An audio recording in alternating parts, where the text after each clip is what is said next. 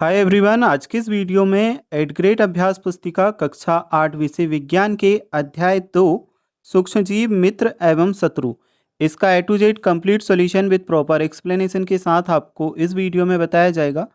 तो ये आपके नए सेशन की नई पुस्तक है एट ग्रेड अभ्यास पुस्तिका कक्षा 8 विषय विज्ञान के अध्याय 2 सूक्ष्मजीव मित्र एवं शत्रु। इसे हम सॉल्व करेंगे। एक एक प्रश्न का सही सही उत्तर विद प्रॉपर एक्सप्लेनेशन के साथ में आपको इस वीडियो में बताया जाएगा। बस आपको एक एक प्रश्न को अच्छे से यहाँ से समझना है। देखो, सबसे पहले तो आपको ऊपर इस तरह से ये लिखा हुआ मिलेगा, पाठ के पूर्व की तैयारी। ठीक है, इसके नीचे हम थोड़ा सा चलेंगे तो यहाँ पे आपको इस तरह की टेबल देखने को मिलेगी। अपने घर में निम्नलिखित घटना देखी होगी। ठीक है, पहले ही पेज पर आपको इस तरह की टेबल दी है और लिखा है आपने घर में निम्नलिखित घटना देखी होगी। पहला क्या लिखा है, सबसे देखी गई घटना कैसा था। ब्रेड रोटी पर फफूंद देखी है या नहीं, तो आपको हाँ लिखना है और इसमें लिखना है रंग कैसा था, तो सफ़ेद। नेक्स्ट है जूते पर फफूंद, हाँ इसमें रंग कैसा था, सफ़ेद। नेक्स्ट है जहाँ हमेशा गीला रहता है वहाँ जम जाती है, काई जम जाती है, तो हाँ ये भी हाँ करेंगे और हरी कलर की जमती है। गर्मी में खाना खराब होना, इसमें भी हाँ करेंगे और सफ़ेद कलर में उस पर भी फफूंद आ जाती है। ठीक है, तो ये जो बॉक्स दिए हैं इन्हें इस तरह से आपको भरना है, फिल करना है। इसके नीचे दिया है ये क्या है, अपने विचार लिखो। तो इसमें उत्तर हम क्या लिखेंगे, ये सूक्ष्मजीव है, इन्हें हम आंखों से नहीं देख सकते। अब है हमारे पास अगला प्रश्न, निम्न में से बॉक्स में लिखो। ये हमें कुछ ऑलरेडी से शब्द दिए हैं, आप देख सकते हो। पहला है जीवाणु, दूसरा है पैरामीशियम, तीसरा है शैवाल, चौथा है कवक, पांचवा है प्रोटोजोआ, यीस्ट और स्ट्रेप्टोमाइसिन। तो हमें दिया है यहाँ पे सूक्ष्म जीव, इसमें आप करोगे जीवाणु, शैवाल, कवक और प्रोटोजोआ। ठीक है, ये जो बॉक्स लिखे हैं इनमें आप ये लिखना। फिर आपको जो ये और भी बॉक्स दिए हैं इसमें आप क्या करोगे, पैरामीशियम, यीस्ट, स्ट्रेप्टोमाइसिन, ये विषाणु वायरस है, इसके बारे में अपने विचार लिखे, तो यहाँ लिखना है ये विषाणु वायरस है। अब हमारे पास में जो मुख्य क्वेश्चन है, यानी कि सही विकल्प के आगे सही का निशान लगाओ, ये आपके आ जाते हैं। यहाँ से आपको एक एक प्रश्न को देखना है और सही विकल्प आपको ओपन कर लेना है अपने बुक में, अध्याय नंबर 2 में। तो बुक भी आप ओपन करके रखना ताकि आपको पूरा अच्छे से क्लियर समझ आए। अब पहले नंबर के प्रश्न में हमसे कहा है, आपने अपनी माँ को गर्म गुनगुने दूध में थोड़ा सा दही मिलाते हुए देखा होगा, जिससे दूध का दही में परिवर्तन हो जाता है। इसका कारण है, तो A B C D 4 option दिए हैं। बी वाला ऑप्शन हमारा सही उत्तर है, सूक्ष्म जीवों में जनन। ऑप्शन बी हमारा क्या है, सही उत्तर है। ठीक है, नेक्स्ट है, बूझों को डॉक्टर ने खून की जांच कर मलेरिया से ग्रसित बताया, जिसका कारण है। पहला ऑप्शन है हमारे पास बैक्टीरिया, सेकंड ऑप्शन है कॉकरोच, तीसरा ऑप्शन है मादा एनाफिलीज मच्छर, चौथा ऑप्शन है एडीज मच्छर। तो देखो, जो मलेरिया होता है वह मादा एनाफिलीज मच्छर के काटने से होता है, इसलिए सही उत्तर में हम करेंगे ऑप्शन नंबर सी, मादा एनाफिलीज मच्छर। ठीक है, जो मच्छर हमें काटते हैं उसी से मलेरिया होता है, और हमेशा जो नर मच्छर होता है वह हमें कभी नहीं काटता, मादा मच्छर ही काटता है। ठीक है, तीसरे नंबर का प्रश्न हमें दिया है, निम्न में से कौन सा रोग सूक्ष्मजीवों द्वारा पौधों में नहीं होता। पहला है नींबू केकर, दूसरा है पौधों का सूखना, तीसरा है गेहूं की रस्ट, चौथा है भिंडी का पीत। सही उत्तर है हमारे पास ऑप्शन नंबर बी, पौधों का सूखना। चलो इसके बाद हम देखेंगे चौथे नंबर का प्रश्न हमें दिया है, यह प्रश्न आप यहाँ से देख सकते हैं। आपने बाजार से ब्रेड लाकर उसे खुले तथा नम स्थान पर रख दी, तो कुछ समय बाद उस पर काली संरचनाएं दिखने लगेंगी। इसका कारण है जीवाणु, विषाणु, कवक, प्रोटोजोआ। सही उत्तर है हमारा ऑप्शन नंबर सी, कवक। ठीक है, नेक्स्ट है हमारे पास पांचवें नंबर का प्रश्न, नाइट्रोजन चक्र के दौरान वायुमंडल में नाइट्रोजन की मात्रा क्या होती है। 4 ऑप्शन दिए हैं, ए बी सी डी। सही उत्तर हमारा रहेगा स्थिर रहती है। तो ये जो आपके सही विकल्प दिए हैं ये आप यहाँ से कंप्लीट करेंगे। अब हम यहाँ से आपके रिक्त स्थान को सॉल्व करेंगे। दिए गए शब्दों में चुनकर रिक्त स्थानों की पूर्ति कीजिए। यहाँ से हमें रिक्त स्थान कंप्लीट करना है। शब्द हमें ऑलरेडी पहले से कुछ दिए हैं। तो मादा एडीज पाश्चुरीकृत किण्वन संचरणीय रोग प्रतिचेबी, ये हमें शब्द दिए हैं। पहला रिक्त स्थान हमारा क्या रहेगा, यहाँ से आप देखो, थैलियों में आने वाला दूध संदूषित नहीं होता, क्योंकि यह दूध क्या होता है, पाश्चुरीकृत होता है। उत्तर में आपका क्या आएगा, पाश्चुरीकृत। दूसरा हमारे पास में है सूक्ष्म जीवों से प्राप्त औषधि जो बीमारी पैदा करने वाले सूक्ष्म जीवों को नष्ट कर देती है, प्रतिजीवी। मैं आपको जूम करके यहाँ पे बता देता हूँ ये शब्द, क्योंकि आपको साइड में दिखाई नहीं देगा। देखो जितना दिखाई दे रहा है देखो, फिर मैं लिख के बताता हूँ। ओनली वन एक ही शब्द लिखा है यहाँ पे आपका, और वह शब्द कौन सा है? प्रतिजैविक। ठीक है, मैं इधर लिख के बता दूं ताकि आपको कन्फ्यूजन ना हो। प्रतिजैविक,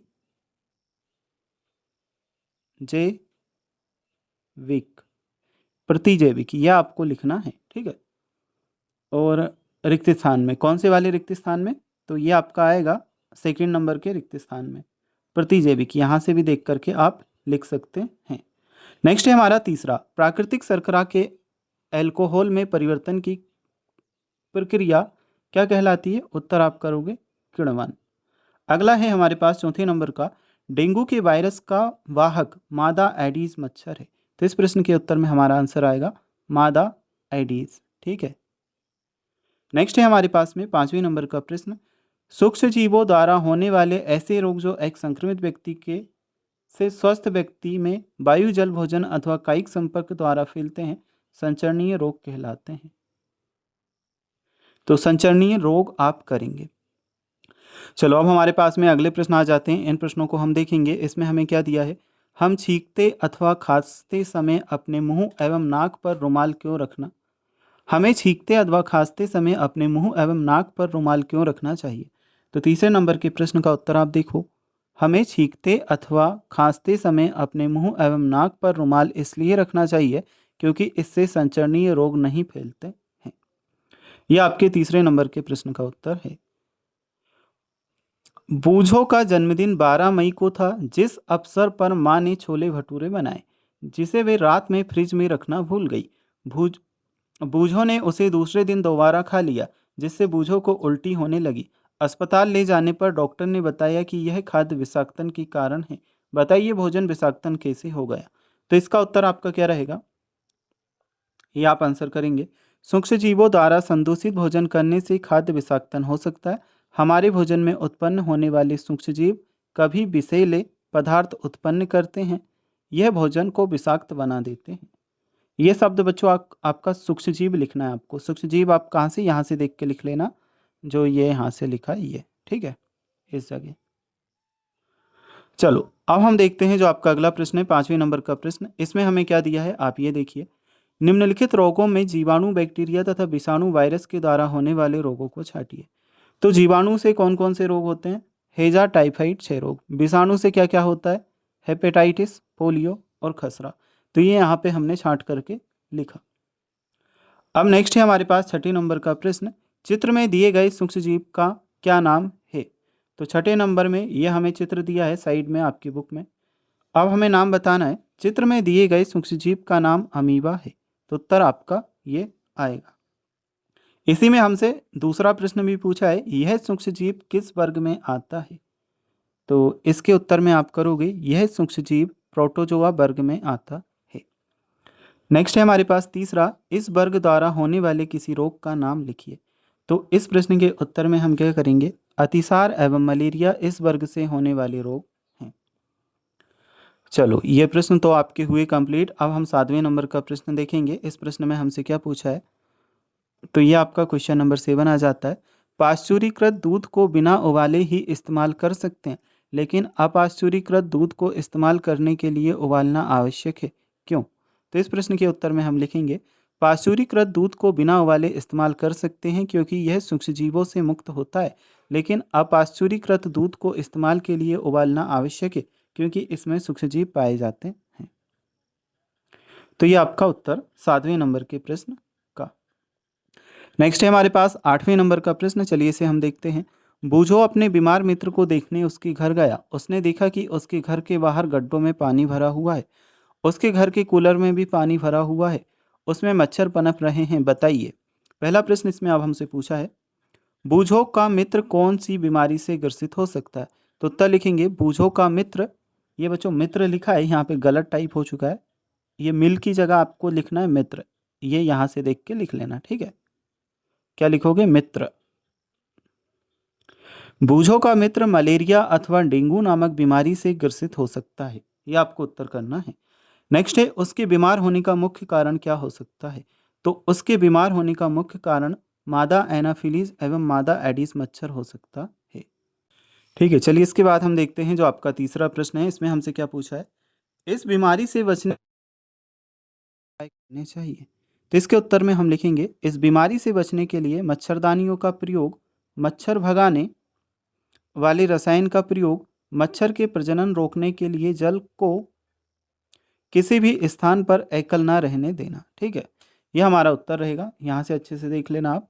इस बीमारी से बचने के लिए मच्छरदानियों का प्रयोग, मच्छर भगाने वाले रसायन का प्रयोग, मच्छर के प्रजनन रोकने के लिए जल को किसी भी स्थान पर एकल ना रहने देना।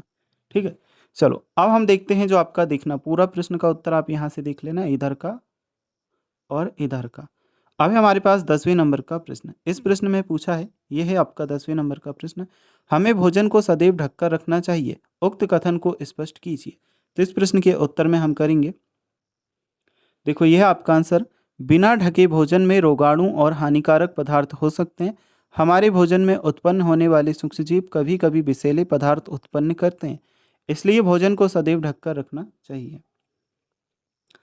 चलो इसके बाद अब हम देखते हैं जो आपका प्रश्न है ये तो हम कर चुके हैं। 11वें नंबर का प्रश्न आ जाता है, पहेली ने कुछ आम खरीदे परंतु कई दिनों तक वह उन्हें नहीं खा पाई।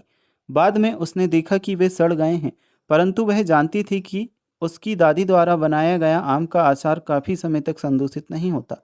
बताइए। अब हमसे क्या पूछा है, आम का अचार काफ़ी समय तक संदूषित क्यों नहीं होता। तो इसका उत्तर होगा, अचार में नमक एवं तेल के उपयोग से आम का अचार काफ़ी समय तक संदूषित नहीं होता। आपके घरों में दादी मम्मी द्वारा किन किन खाद्य सामग्रियों को सूक्ष्मजीवों से बचाकर रखा जाता है। तो उत्तर क्या लिखेंगे, हमारे घर में आम का अचार, आंवले का अचार, पापड़ आदि खाद्य सामग्रियों को सूक्ष्मजीवों से बचाकर रखा जाता है। चीनी के उपयोग द्वारा किन किन खाद्य पदार्थों को लंबे समय तक सुरक्षित रखा जाता है। तो इसके उत्तर में हम लिखेंगे, चीनी के उपयोग द्वारा जैम, जेली एवं श्वेस खाद्य पदार्थों को लंबे समय तक सुरक्षित रखा जाता है। नेक्स्ट है हमारे पास 12वें नंबर का प्रश्न आ जाता है, दैनिक जीवन में सूक्ष्म जीवों का उपयोग कहाँ कहाँ किया जाता है। इस प्रश्न के उत्तर में लिखेंगे, दैनिक जीवन में सूक्ष्म जीवों का उपयोग दही, ब्रेड एवं केक बनाने में किया जाता है। नेक्स्ट हम देखते हैं दीर्घोत्तरीय टाइप का प्रश्न है, नाइट्रोजन चक्र को आरेख द्वारा प्रदर्शित करना है। तो ये नाइट्रोजन चक्र का चित्र आप देख सकते हो, इसे ये पूरा आरेख है आपका नाइट्रोजन चक्र का। ये लिखा है वायुमंडलीय नाइट्रोजन, तड़ित द्वारा नाइट्रोजन स्थिरीकरण, वायुमंडलीय नाइट्रोजन का जीवाणु एवं नीले हरे शैवाल द्वारा स्थिरीकरण, जीवाणु द्वारा स्थिर नाइट्रोजन को नाइट्रोजन यौगिकों में परिवर्तित करना, मिट्टी में उपस्थित नाइट्रोजन के यौगिक, जंतुओं द्वारा पौधों का खाना, उत्सर्जन एवं जीवों की मृत्यु द्वारा उत्पन्न नाइट्रोजन अपशिष्ट और जीवाणु द्वारा नाइट्रोजन यौगिकों का गैसीय नाइट्रोजन में परिवर्तन। सब मैं आपको जूम कर करके दिखा देता हूं ताकि आपको पढ़ने में आ जाए। देखो ये देख लेना, ये देख लेना, इधर से ये पढ़ लेना, यहाँ से ये जो नीचे आपको दिया है ये देख लेना। ठीक है, इधर जो दिया है ये आप देख लेना, साइड में जो लिखा है ये यहाँ से देख लेना। ठीक है, इतना जूम कर देता हूँ तो आप ठीक से सारा कुछ जो लिखा है उसे यहाँ से ठीक प्रकार से देख करके और इसे बना सकते हो। पूरा भी मैं आपको दिखा देता हूँ ये। चलो अब हम देखते हैं जो आपके और प्रश्न दिए हैं उन प्रश्नों को। तो यहाँ पे हमारे पास आ जाता है क्वेश्चन नंबर 14, इसे हम देखेंगे, मनुष्य में सूक्ष्मजीवों द्वारा होने वाले सामान्य रोग, उनके रोगजनक सूक्ष्मजीव तथा रोग से बचाव के उपाय। हमें ये मैंने तालिका बना दी है ताकि आपको क्लियरली दिखाई दे। इस तरह से तालिका आपकी बुक में दी है, नहीं दी है तो आपको बना लेना है। एक साइड हमने लिखा है मानव रोग, रोग कारक का सूक्ष्मजीव, संचरण का तरीका और बचाव के उपाय। ये सारी चीज़ें हमने लिखी हैं। सबसे पहले क्या है, क्षय रोग किससे होता है, जीवाणु से होता है, और संचरण का तरीका वायु के द्वारा। बचाव के उपाय ये यहाँ लिखे हैं, खसरा वायरस वायु, चिकन पॉक्स वायरस वायु से सीधे संपर्क से, पोलियो वायरस से होता है और वायु और जल में, और बचाव के कारण यहाँ लिखे हैं। नेक्स्ट हम लिखेंगे हैजा टाइफाइड। तो हैजा टाइफाइड ये और लिखना, जीवाणु द्वारा होता है, जल भोजन, और ये बचाव के कारण उपाय हमने यहाँ पे लिखे हैं। तो ये पूरे प्रश्न का उत्तर आपका क्वेश्चन नंबर 14 का, आप ये देखो, ये क्वेश्चन नंबर 14 के आंसर में आपको करना है, बस इतना, ठीक है। अब हम देखते हैं जो आपका अगला प्रश्न है, सूक्ष्मजीव हमारे लिए अभिशाप होते हुए भी वरदान है, इस कथन को स्पष्ट कीजिए। सूक्ष्म जीव हमारे लिए अभिशाप होते हुए भी वरदान है, क्योंकि सूक्ष्मजीव जंतुओं तथा पादपों में विभिन्न प्रकार से रोग उत्पन्न करते हैं, किंतु सूक्ष्मजीव जैसी दवाइयाँ, अल्कोहल से विभिन्न प्रकार के उत्पाद जैसे सिरका, वेकरी आदि किए जाते हैं, जो कई महत्वपूर्ण उत्पाद हमारे लिए वरदान से कम नहीं है। यह आपके 15 नंबर के दीर्घ उत्तरीय प्रश्न का उत्तर है। अब हमारे पास प्रोजेक्ट नंबर 1 आ जाता है, इसे हम सॉल्व करेंगे। 2 गमले लेकर प्रत्येक को मिट्टी से आधा भर दीजिए, इन्हें ए एवं बी चिन्हित कीजिए। ए गमले में पौधों का कचरा तथा जंतु अपशिष्ट भर दीजिए तथा बी में पॉलीथीन की थैली, कांच की खाली बोतलें तथा प्लास्टिक के टूटे खिलौने भर दीजिए। 3 से 4 सप्ताह तक इनका परीक्षण कर निम्न प्रश्नों के उत्तर दीजिए। पहला क्या है, क्या आपको दोनों गमलों की वस्तुओं में अंतर दिखाई देता है? आंसर लिखा है हमने, हाँ, हमें दोनों गमलों की वस्तुओं में अंतर दिखाई देता है। दोनों गमलों में से किस गमले की सामग्री का अपघटन हो गया? तो दोनों गमलों में से गमले ए की सामग्री का अपघटन हो गया। सामग्री के अपघटन का क्या कारण है? तो अपघटन एक प्रकार की क्रिया है जिसमें तत्व अलग अलग सूक्ष्म भागों में विभाजित हो जाते हैं। नेक्स्ट है, जिस गमले की सामग्री का अपघटन नहीं हुआ उसे क्या क्या कारण हो सकते हैं? तो गमला बी की सामग्री का अपघटन नहीं हुआ क्योंकि उसके तत्व अलग अलग सूक्ष्म भागों में विभाजित नहीं हुए। नेक्स्ट है, जिस गमले की सामग्री का अपघटन हो गया उसके क्या उपयोग हैं? उत्तर लिखोगे, गमले ए की सामग्री का अपघटन हो गया क्योंकि उसका उपयोग भूमि की उर्वरा शक्ति बढ़ाने में किया जाता है। अब है हमारे पास प्रोजेक्ट नंबर 2। आप अपने दैनिक जीवन में जिन डिब्बा बंद या पैकेट बंद भोज्य पदार्थों का उपयोग करते हैं, उन सामग्रियों के पैकेट्स का सूक्ष्म अवलोकन कर निम्न तालिका को पूर्ण कीजिए। देखो, मैंने यहाँ पे एक अलग से तालिका बना दी है, ऑलरेडी आपकी बुक में इस तरह की तालिका दी है, ठीक है, लेकिन मैंने यहाँ पे एक और बना दी है ताकि आपको पूरा क्लियर दिखाई दे। तो ये आपकी बुक में ऊपर लिखा है क्रमांक, भोज्य पदार्थ पैकेट का नाम, पैकेट निर्माण का दिनांक, पैकेट समाप्ति का दिनांक, भोज्य पदार्थ में उपयोगी संगठकों के नाम, महत्वपूर्ण संगठन का नाम, ये सब आपकी बुक में दिए हैं। तो आप इस तरह से इसे कंप्लीट कर सकते हो। सबसे पहले यहाँ पे तेल, पैकेट निर्माण का दिनांक, पैकेट समाप्ति का दिनांक, भोज्य पदार्थ में उपयोगी तो प्रोटीन, संगठकों के नाम में प्रोटीन लिखा है, इसमें एंटीऑक्सीडेंट। ऐसे ही आटे की सारी डिटेल्स हमने लिखी, मैगी की सारी डिटेल्स लिखी, चिप्स की लिखी हैं और दाल की सारी डिटेल्स लिखी है।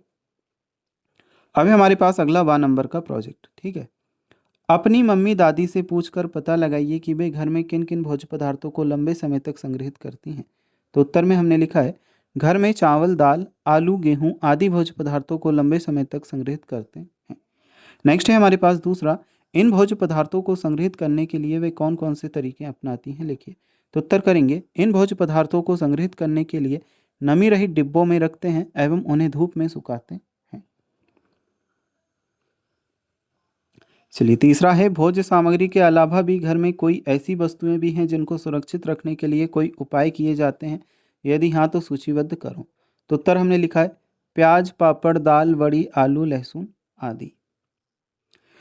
तो ये चैप्टर में टोटल यही प्रश्न आपको दिए थे, प्रोजेक्ट के भी आंसर आपको बता चुके हैं। ये चैप्टर आपका कंप्लीट हुआ। इसके बाद वाला पार्ट अगर आपको देखना है तो जो साइड में आपको स्क्रीन पे वीडियो दिखाई दे रही है उस पर क्लिक करके या आप हमारे चैनल के प्लेलिस्ट में जा करके देख सकते हो।